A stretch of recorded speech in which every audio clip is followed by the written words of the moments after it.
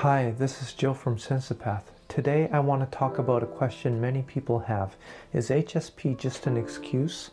So HSP stands for highly sensitive people, and many HSPs struggle to accept their sensitivity and end up thinking, maybe I'm just weak, or maybe I'm just making excuses for not doing things. And on top of this, they're often told by people around them, you're just being overly sensitive, which can be painful. So this video is meant to clear up that confusion. So if you've been feeling like life has been hard to live, this video might give you some clues. So please stick around until the end.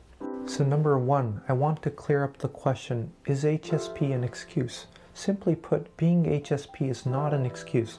This is because high sensitivity is a temperament. It's something you're born with.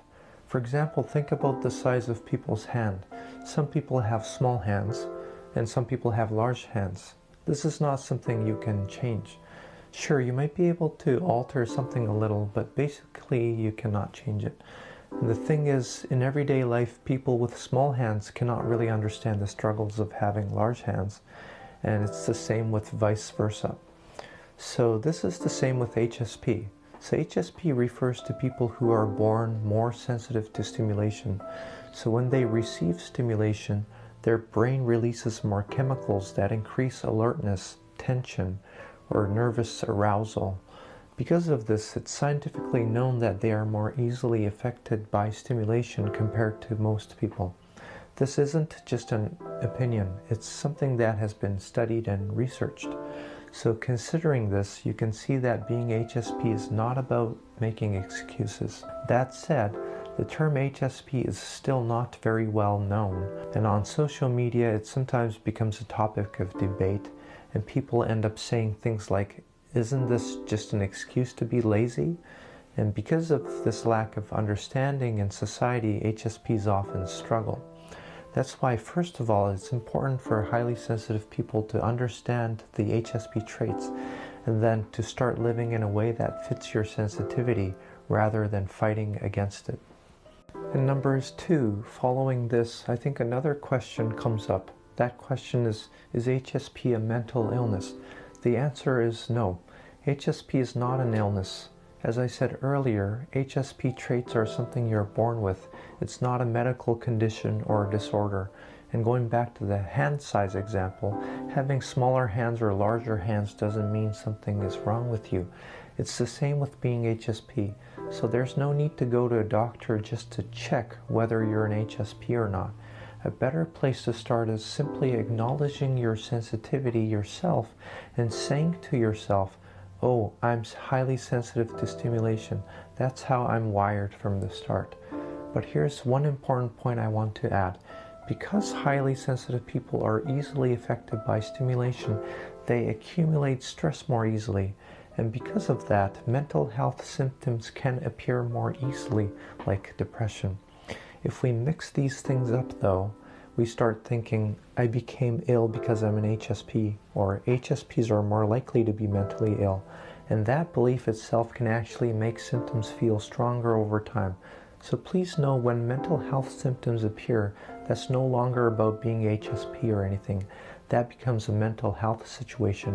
In those cases, it's important to see a doctor first, rather than jumping straight into counseling on your own. On the other hand, if what you're experiencing is mainly daily stress, life difficulties, or ongoing worries, then it may be challenges related to being a highly sensitive person. In this case, the first step is simply confirming whether you are an HSP or not. I've also created an HSP self-test, and I've put the link in the description, so if you'd like, please feel free to use that as a starting point. And number three, something I hear quite often from highly sensitive people is comments like, because I'm HSP, I don't think I can do this or do that. This comes up especially when we talk about work. However, in many cases, this isn't really about the ability for work or skills or anything. Most of the time, it's simply just certain environments don't fit HSPs well. For example, office work. Even if it's the same type of task, if there are too many people around and a lot of noise, HSPs often find it hard to concentrate and they get tired more easily.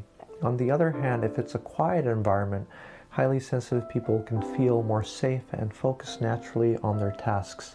So this isn't about having poor concentration or low skills. It's just about whether the level of stimulation fits or not. And because HSPs are more sensitive to stimulation, in high stimulating environments, they tend to get drained before they can show their real abilities. But in low stimulation environments, many people are surprised and think, wait, I can do all of this? So what's important here is that if you think, because I'm HSP, I cannot do this, your job options start to shrink.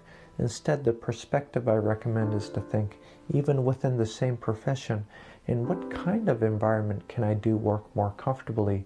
So just by adjusting the environment, something that once felt impossible turns out to be not that impossible. So this could be choosing smaller companies with less people to deal with rather than big companies with many people. So being HSP is not a reason you can't do something. It's a hint for finding environments that suit you. So you can think of it like a character trait in a battle game. For example, a mage who takes damage easily will go down quickly if they fight like a warrior. But if that same mage focuses on defense and in the background uses their most powerful skill, magic, their abilities can really shine. So in the same way, HSPs do have real strengths, like being detail-oriented or understanding people's emotions more. So it's not about being weak or just making excuses. So if you understand your own traits and choose environments where those traits can work for you, then you can choose a direction that suits you well. And finally, number 4, the last thing I want to say is many highly sensitive people, HSPs, want other people to know that they are HSPs. So they casually tell other people, I'm an HSP, and they end up being told things like, that's just an excuse. So it's actually important to understand that the term HSP isn't widely recognized, and most people don't really understand what it means. Even if they do understand it a little, when they hear sensitive or easily affected by stimulation, it tends to sound like a disadvantage. Especially in work context, it usually comes across as a negative trait. So people respond by saying things to you like, it's just a mindset, or you're just being weak to stress. So people say this because they believe it would be better for HSPs to think that way, but the struggles is HSPs cannot do that type of snap out of it mindset because it's their born trait to be more sensitive to stimulation. So the conversation doesn't really match up in the first place. So instead of expecting others to understand you, the only real option is to show it through your actions.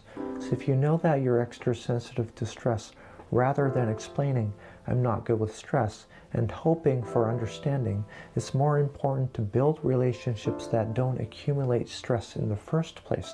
So for example, avoid working overtime or reducing contact with bosses you find difficult. In other words, it's important to shift your effort away from being understood and putting your effort towards creating environments that reduce stress. So today I talked about the common question, is HSP just an excuse?